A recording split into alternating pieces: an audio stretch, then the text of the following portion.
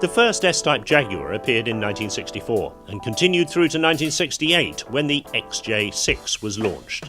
It was essentially the front end of the classic Mark II Jag saloon, with a new elongated boot and the independent rear suspension from the E-Type bolted on in place of the Mark II's evil live rear axle and half-elliptic springs.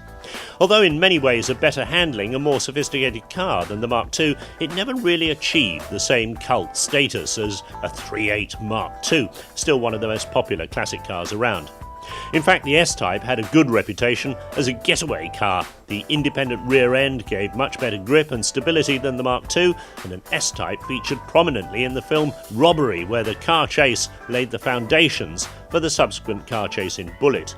And whenever an S-Type appeared in television series like The Professionals, driven by the bad guys, you just knew it was going to be wrecked or rammed by Brody and Doyle's Granada. The launch of the XJ6 marked the end of Jaguar's sports saloons, and the company hasn't ventured back into that territory until now with the launch of the new S-Types. Cynics might say it's not a proper Jaguar. Ford ownership of the company has resulted in the use of a modified Lincoln floor pan and drivetrain. However, it's very Jaguar inside, and the exterior styling certainly harks back to the styling cues of the 1960s. Although the finished result is very close to the new Rover 75.